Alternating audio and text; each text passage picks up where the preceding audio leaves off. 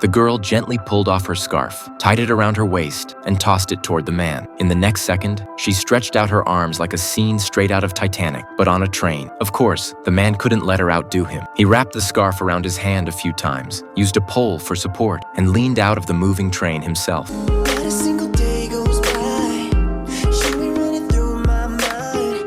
When the girl opened her eyes, she was stunned. No man had ever dared to flirt back at her with such risk. As soon as the train arrived at the station, she hurried off, but the man wasn't about to let her go so easily. He chased after her, loudly declaring his love. Sei un angelo! He even jumped on a bus just to follow her. When the two buses finally ran side by side, he breathed on the window and wrote a message.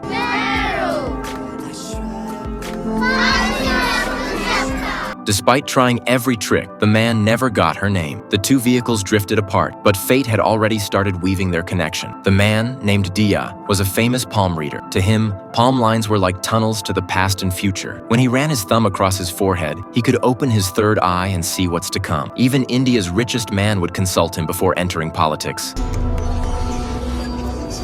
Future ka.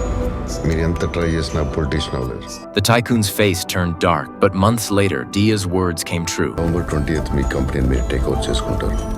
Dia had read countless palms, including his own. He knew he didn't have a love line, which meant he was destined to be alone forever. That's why, when it came to beautiful women, he always acted like a player, flirting but never committing. But this time was different. The girl on the train stirred something in him he hadn't felt in years. Slowly, he found himself longing to see her again. However, maybe because of that missing love line, Dia and the girl kept missing each other. They'd visit the same photo studio, but one would leave just moments before the other arrived. The girl liked to draw on the wall. Whenever Dia saw her art, he'd secretly add a few strokes of his own. Though they kept missing each other in real life, their drawings on the wall gradually built a silent bond. Dia even left a message on the wall asking to meet. But as soon as he turned around, the message was painted over. It felt like fate, or maybe God himself, was keeping them apart. But even fate makes mistakes. One day, Dia made another brutally honest prediction and ended up being chased by an angry mob. While running away, he got hit by a car. Bloody and dazed, he stumbled into the hospital, only to bump straight into the girl he'd been dreaming of. Her name was Xiaona, and she was a doctor.